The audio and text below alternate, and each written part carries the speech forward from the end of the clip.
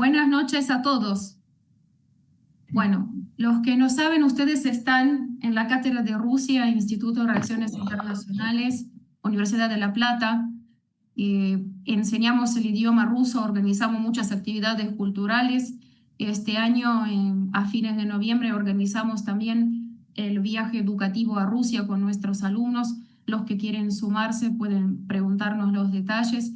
De hecho, Rubén también estuvo eh, en Rusia para la fecha más importante para el pueblo ruso, el 9 de mayo, el Día de la Victoria, y también participó, ha realizado exposiciones, encuentros con nuestros colegas. Por eso hoy tenemos un encuentro por demás interesante, no solo por los actores en juego, como China, Rusia y Irán, pero sino también por la calidad de nuestro invitado.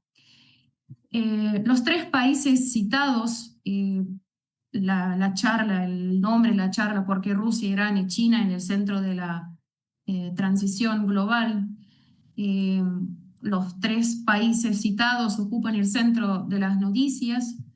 Vi que hoy, inclusive hoy estuve en la charla hace una hora, casi con el mismo nombre. Hay mucho interés por lo que está sucediendo en el mundo y bueno, en relación con China y Rusia se trata de actores estratégicos de orden mundial. Y es decir, imposible pensar una eventual configuración internacional sin su participación. Y en cuanto a Irán, su ubicación geopolítica y sus propósitos asociados con lograr un grado de seguridad mayor y avanzar hacia el arma nuclear han determinado los hechos recientes que conocemos con ustedes. China es una potencia que prácticamente igual a Estados Unidos ha logrado construir poder blando y Rusia se encuentra en guerra. Por delante su desafío es convertirse en un poder completo. Irán es una potencia intermedia que compite con otros poderes regionales, que hoy se halla en una situación que plantea diferentes escenarios. Pero para ilustrarnos con precisiones y reflexiones mayores, contamos hoy con la presencia de Rubén Gussetti, es analista de relaciones internacionales, especialista en estudios en China contemporánea, director del Instituto Argentino de Estudios Geopolíticos, miembro del Centro de Estudios y Formación Marxista Héctor Agosti. Bienvenido a la cátedra, Rubén. Hola, ¿me escuchan bien? Sí, se escucha muy bien. Bueno, buenas noches a todas y todos. Es un gusto estar en la Cátedra de Rusia y en la compañía de la doctora Tamara Yestuyenko, creo que lo pronuncié bien, Yestuyenko. Gracias. Muy agradecido a vos, Tamara, porque bueno, por la invitación y por todo lo que haces para difundir digamos, lo que significa Rusia para la humanidad, todo ese pueblo y toda esa historia de ese país tan importante para la humanidad. Así que bueno, dispuesto a compartir un tiempo con ustedes. No, yo les quería decir que bueno, como no tenemos un tiempo bastante acotado y la presentación que yo hice por ahí es un poco demasiado larga, pero bueno, voy a tratar de hacerlo lo más sintético posible y en todo caso, si quedan preguntas o inquietudes, lo podemos resolver a través del chat o yo puedo dejar el correo electrónico, no hay ningún problema y después lo podemos seguir abordando. Así Bien. que cuando... Sí, vamos a tener solo 30 minutos para todos. Si tienen preguntas, por favor, dejen en Zoom, en el chat de Zoom. Ahí vamos a tratar de contestar las preguntas. Rubén lo puede hacer por mail o después haremos otro encuentro más, pero hoy solo 30 minutos. Adelante, entonces, con la primera... si querés, Tamara, viste, podés ampliarla para que se vea mejor. Hay una copita ahí abajo, si Ahí se Ahí ve. está, perfecto. Creo que es la anterior, la que tendrías que comenzar, o bueno, comenzamos con esta. Bueno, sí, esta es la presentación, el título que ya lo habías hecho. Bueno, adelante entonces. Sí, lo primero que habría que decir que, bueno, para ajustarnos al título del fly y la convocatoria, ¿por qué China, por qué Irán y por qué Rusia en esta transición global? Lo primero que tendríamos que decir algunas palabras sobre de qué transición estamos hablando para ubicar a estos tres países. Adelante.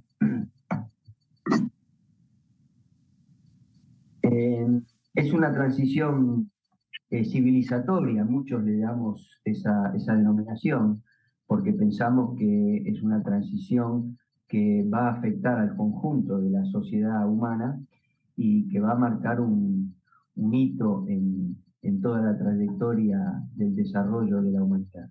Es multifacética porque va a abarcar todos los ámbitos de la vida y por supuesto absolutamente acelerada como va siendo los procesos de la historia, ¿no?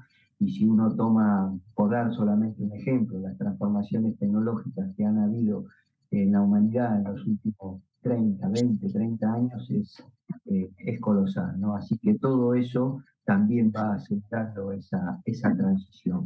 ¿Y de qué transición hablamos? Bueno, fundamentalmente de lo que significa el unipolarismo que se había consagrado a partir de los años 90 del siglo pasado, hasta el año 2000 aproximadamente, donde, bueno, el occidente colectivo, los principales países de Occidente, eh, se habían quedado con el control prácticamente absoluto del mundo después de la caída del muro de Berlín y la desaparición de la Unión Soviética, ¿no? Pero bueno, lo que parecía, según Fukuyama, que iba a ser una situación que iba a permanecer durante 1000 años, como decía él, del reinado del capitalismo, al poco andar se vio que eso no iba a ser así y que se puso de manifiesto en esos primeros años después de los 2000 la crisis profunda y el declive del sistema capitalista. Este es un dato fundamental para entender todo el proceso que estamos viviendo, inclusive las guerras que están en curso. ¿Por qué la crisis? ¿No?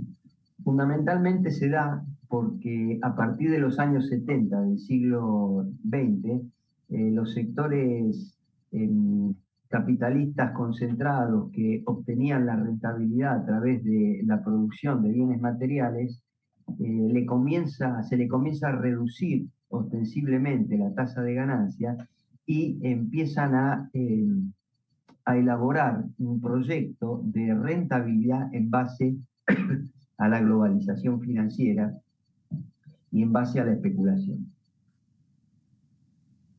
Se produce un abandono del productivismo como lo venía haciendo Occidente hasta ese momento, y comienza lo que nosotros algunos damos en llamar una especie de sistema Ponzi global, un sistema especulativo. Ese sistema especulativo de rentabilidad financiera tiene algunos hitos fundamentales. En el año 1933, en el gobierno de Roosevelt, se había sancionado una ley en Estados Unidos donde, justamente la ley Glass-Steagall, donde se prohibía la fusión del capital de crédito con el capital de inversión. Los bancos que otorgaban créditos no podían gestionar al mismo tiempo las inversiones. Bueno, eso fue eliminado en el gobierno de Clinton en 1999, en diciembre, y disparó todo ese proceso especulativo que se desarrolló en Occidente, que a la postre fue lo que provocó y lo que profundizó esa crisis del sistema financiero. Es decir, el sistema occidental sistema capitalista occidental abandonó la producción de bienes materiales y la desplazó, la llevó sobre todo a Oriente, sobre todo a China, buscando mayor rentabilidad basado en la flexibilidad de las leyes laborales y los bajos salarios. Eso lo consiguió, por supuesto, en los primeros momentos. Hubo una gran rentabilidad, una gran acumulación de capital, pero con el correr de los años esa rentabilidad comenzó a tener un techo de capitalización, y la primera burbuja que explota y que muestra que los límites de esa financiarización internacional, sobre todo en Occidente, ocurre en el año 2008 con la recordada crisis de la subprime, ¿no? Esa crisis se sigue desarrollando, se generan deudas enormes, sobre todo en los países centrales de Occidente, deudas que no pueden enfrentar. Hoy Estados Unidos es el país más deudor de todo el mundo, con 37 billones de dólares. Eso genera un interés anual de $1 billón. Esa es una crisis que no puede enfrentar los distintos gobiernos de Estados Unidos. Digo, para tener dimensión de esto, ¿no? A la salida de la Segunda Guerra Mundial, cuando Estados Unidos crea todas las instituciones que le va a permitir convertirse en el gran líder mundial, era el gran acreedor del mundo. Todo el mundo le debía dinero a Estados Unidos y era el gran productor de bienes materiales. Tenía un superávit de la balanza comercial extraordinario. Hoy tenemos todo lo contrario. Tiene déficit comercial enorme y una deuda pública insostenible. Bueno, eso es parte de toda la crisis, tanto financiera, económica, como social, política y económica que viven los países occidentales y fundamentalmente Estados Unidos. Y es una de las partes que está explicando esta guerra que tenemos en curso, que muchos le dicen, la denominan ya como Tercera Guerra Mundial, y que también algunos coincidimos con esa denominación. ¿Por qué guerra? Porque, bueno, Occidente llegó a la conclusión de que la carrera económica, financiera, tecnológica, la tiene absolutamente perdida. Entonces, ¿a qué apela? A generar guerras híbridas, a generar caos y a generar enfrentamientos entre países para ver si de alguna manera puede resetearse y volver a tener el liderazgo que supo tener en los años 90. El eje económico ya a partir de los años 2000 se desplaza, como dijimos, en este proceso de Occidente a Oriente. Y por supuesto, bueno, el descenso de todo el bloque anglosajón propone, como dijimos, estas guerras que, digamos, hoy las tenemos muy presentes y muy crudas, tanto en Ucrania como en Rusia, que es una guerra generada por Occidente, provocada por Occidente, y la guerra, por supuesto, en Israel e Irán, que hay una paz momentánea ahora, hace unos días, y por supuesto muchos conflictos tribales y regionales y fronterizos en África. ¿Podés pasar la siguiente?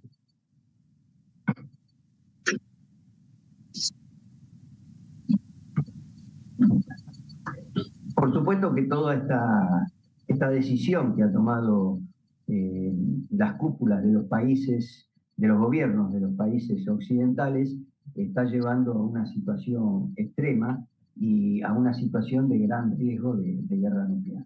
Hemos visto en los últimos días, meses, las provocaciones que viene sufriendo Rusia, sobre todo los ataques.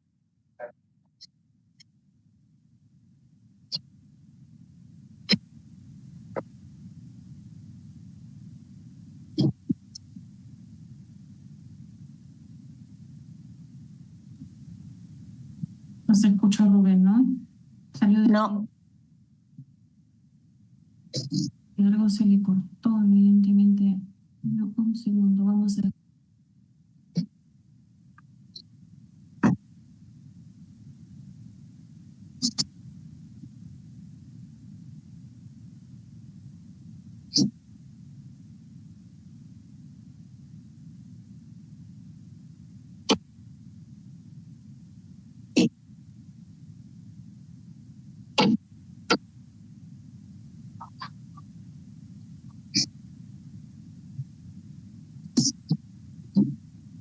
No se escucha. Se escucha ruido nada más. ¿Me escuchan ahora? Sí, sí, Rubén. Sí. Bueno, Ahora mejoró. Parece que se cortó algo. Bueno. Entonces, como decíamos, por un lado, la crisis del sistema capitalista en Occidente, con todas las características algunas de las características que hemos mencionado, que ha profundizado toda esta situación de conflictividad a nivel global y que en realidad no ha solucionado ninguno de los problemas que viene arrastrando la humanidad. ¿Y qué digo? Digo cambio climático, digo hambrunas, desigualdades, el riesgo de guerra nuclear, etcétera, etcétera. Y junto con eso hubo un desarrollo de los países emergentes, de muchos países emergentes, que han llegado a la conclusión que no quieren seguir más bajo las decisiones unilaterales del poder de los países occidentales, que lo único que buscan es saqueo y acumulación a costa de los países más endebles, más pobres. Este proceso lo comienza China en los años, a partir del año 49, cuando se produce la revolución, pero más precisamente en el año 78, con el proceso de reforma y apertura. Y a partir de los 90, cuando ya China tiene algún volumen mayor de producción, de densidad nacional, comienza un proceso de acercamiento con los otros países emergentes. También hay un proceso evolutivo dentro de Rusia, donde hay personas que empiezan a comenzar a pensar, digamos, nuevas estrategias para poder enfrentar el sometimiento al que los viene sometiendo este Occidente, y hay digamos, un grupo de intelectuales, de políticos dentro de Rusia, encabezados por Eugenio Primakov, donde comienza a acercarse a otras potencias regionales, sobre todo asiáticas, y van comenzando a tener acuerdos y crean organizaciones, asociaciones como es el RIC, Rusia, India, China, después el IPSA, India, Brasil y Sudáfrica. Todo eso, todo ese acercamiento que fundamentalmente se da en el ámbito económico, pero después avanza hacia temas de seguridad, comienzan a dar forma a otras organizaciones que van empezando a tener, digamos, cierta autonomía respecto de Occidente. Así se crea la Organización de Cooperación de Shanghái, que es una organización de seguridad y defensa, y más tarde, en el año 2006, se crea el BRICS, y el primer encuentro cumbre es en la ciudad de Ekaterimburgo en el año 2009. Ahora, la semana que viene, en Río de Janeiro, se va a producir el 17º encuentro de los países BRICS. Todas estas organizaciones también van generando un desafío a Occidente. Occidente se ve, digamos, acosado por estas nuevas asociaciones y organizaciones, acosado en el sentido de perder la hegemonía, no porque estas asociaciones o grupos de países emergentes, digamos, planteen conflictos, sino que justamente Occidente se ve desafiado en su poder de decisión absoluto que tuvo en esos años, entre el año 90 y el 2000, sobre el conjunto prácticamente de la humanidad. Pasa a la siguiente, por favor.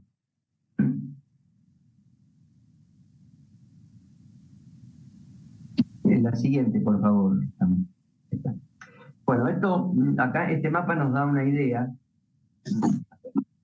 Volví un poquito al mapa. Este mapa nos da una idea de la evolución de este proceso de los países emergentes. ¿no? Lo que tenemos en rojo son los primeros países emergentes. En realidad acá están mezclados los 5 originarios de los países BRICS, que es Rusia, China, India, Sudáfrica y Brasil, y después en Johannesburgo, en Sudáfrica, en el año 2023, se sumaron estos otros 5 países, que en realidad son 4, no son 5, es Etiopía, es Egipto, Irán y Emiratos Árabes Unidos. Acá se lo pone a Arabia Saudita, pero todavía Arabia Saudita no firmó el protocolo. O sea que son 9 países los que son miembros plenos. Y después, seguramente, Río de Janeiro se van a sumar este año muchos países que ya tienen su solicitud presentada, como Bielorrusia, Kazajistán, Turquía, Argelia, Nigeria, Bolivia, Cuba, bueno, y también Malasia, Indonesia, países del sudeste asiático, Vietnam. Bueno, lo que quiero significar acá es la evolución que va tomando estas asociaciones de países emergentes que van influyendo en las decisiones a nivel internacional, van influyendo en recortar el poder autoritario que siempre tuvo desde hace 600 años el Occidente, ¿no? Por favor, la siguiente. Bueno, para entrar un poco más en el tema que, digamos, que estaba planteado hoy, ¿por qué China, por qué la República Popular China está en el centro de la disputa y por qué los países occidentales, sobre todo Estados Unidos, han pasado de verlo como un socio amigable, podemos decir, a partir del año 71, cuando se produce el acercamiento de Estados Unidos a China, a partir del año 2012, por los propios documentos de Estados Unidos, considerarlo el enemigo existente.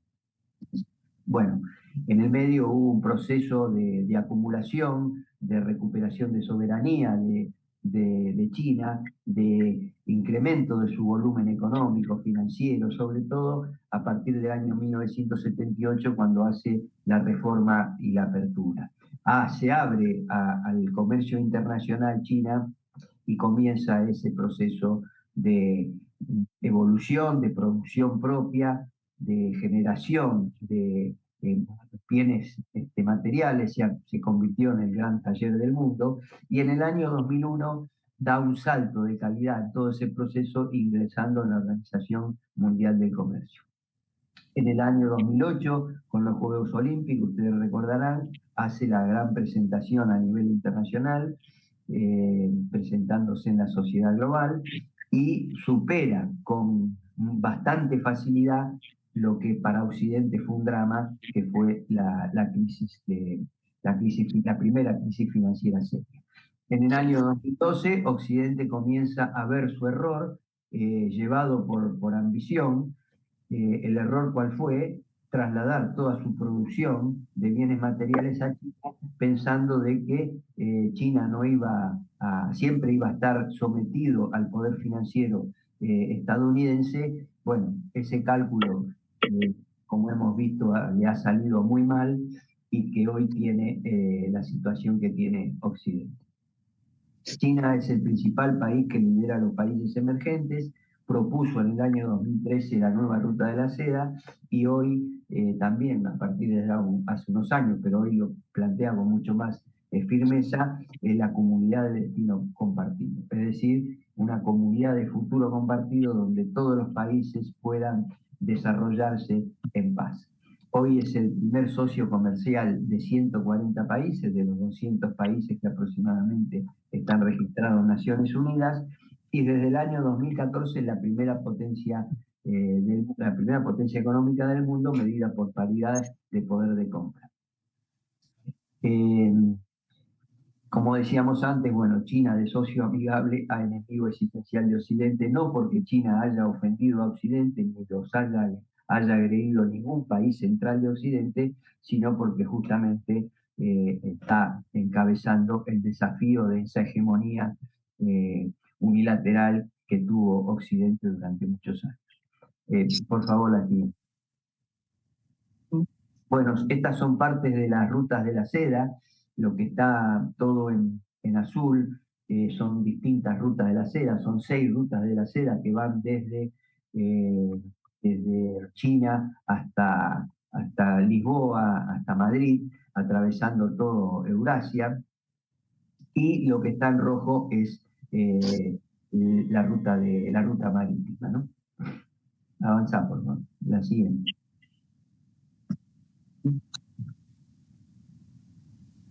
Bueno, este es uno de los últimos ferrocarriles inaugurados por China en el marco de la Ruta de la Seda, y que tiene que ver con el último ataque terrorista de Israel el 13 de junio, porque fue atacada esta línea férrea.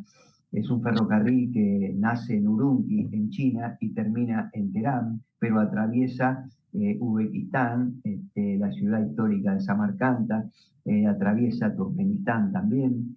Es una línea férrea muy, muy importante en la conectividad de todos esos pueblos euroasiáticos, y tiene que ver, como digo, con esta ofensiva que está teniendo, guerrerista que está teniendo Occidente para tratar de obstaculizar los procesos de la nueva Ruta de la Seda. Y de todo este proyecto de integración regional y mundial. También atraviesa países como Kazajistán. Sí. Bueno, vamos a la República Islámica de Irán rápidamente. Revolución distinta, iniciada en 1979, una revolución chií, que es una de las corrientes del Islam. Tiene algunas características muy particulares. Es un país con un extenso territorio, 92 millones de habitantes y abundantes recursos naturales. Una excelente ubicación geográfica, controla el estrecho de Hormuz, donde pasa entre el 20 y el 25% del petróleo que se consume en el mundo.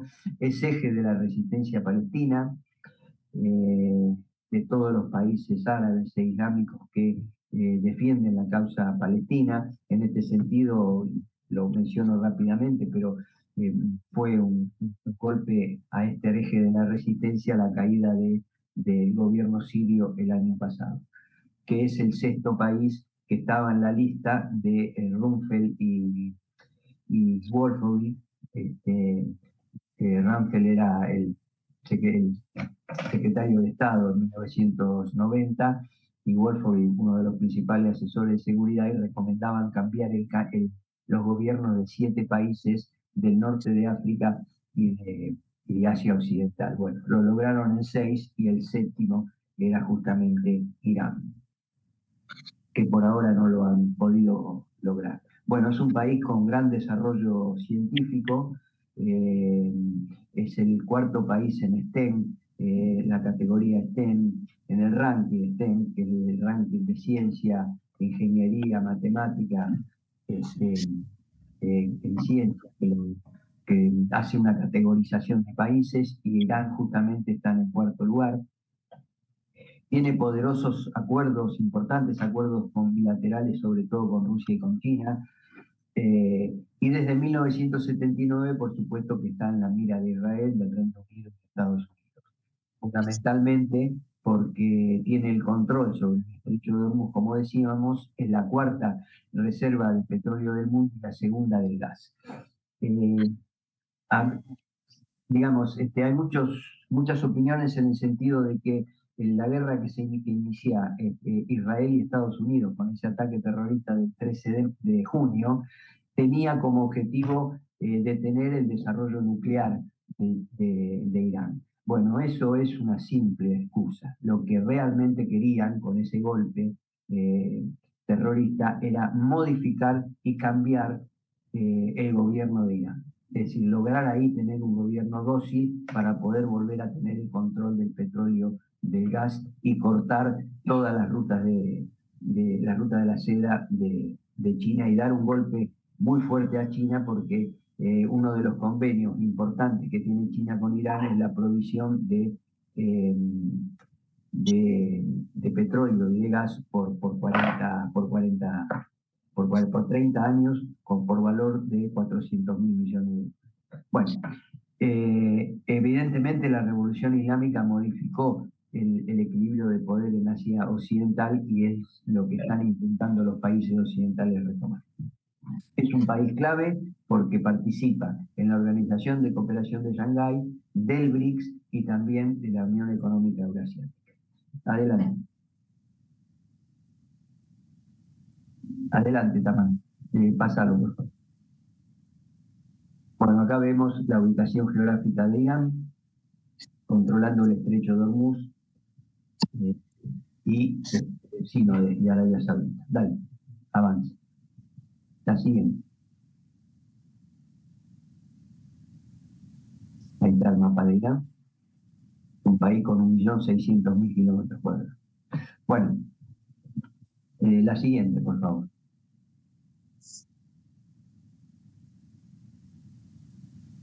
Bueno, rápidamente la Federación de Rusia. En 1991, bueno, Occidente hizo realidad el sueño más preciado, ¿no? Puse yo porque en realidad la caída de la Unión Soviética la intentó lograr Occidente desde el año 1917 y sobre todo en 1921 cuando se constituye Soviética.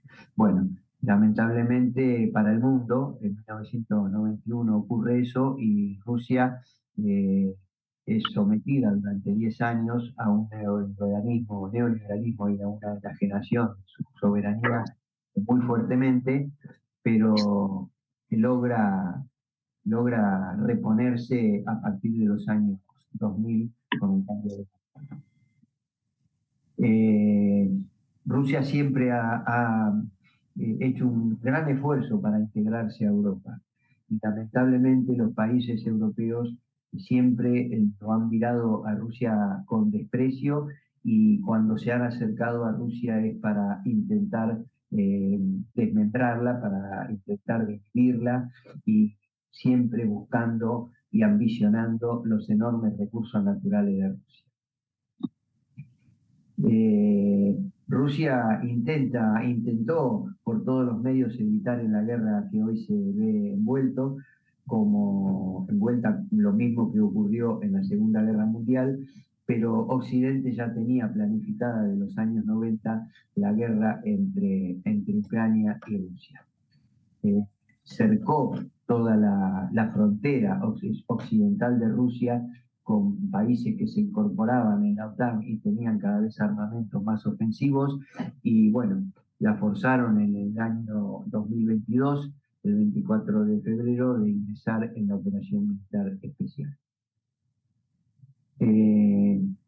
Occidente elige a Rusia en ese momento, a partir de los años 90, como el eslabón más débil de la asociación y el acercamiento entre Rusia y China.